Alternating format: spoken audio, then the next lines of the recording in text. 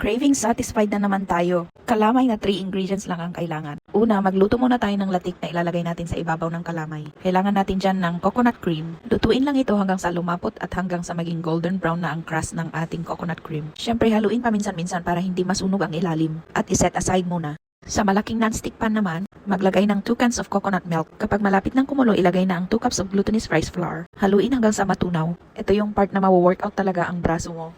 Tuloy-tuloy ang paghalo para hindi masunog ang ilalim at para maging smooth ang ating kalamay. Kapag medyo malapot na, ilagay na ang 1 cup of brown sugar. Kung mapapansin nyo, parang naging buo-buo siya. Pero sa kontinyong paghalo-halo, magiging smooth din. At kapag smooth na, pwede nang ilagay ang coconut na kinayod.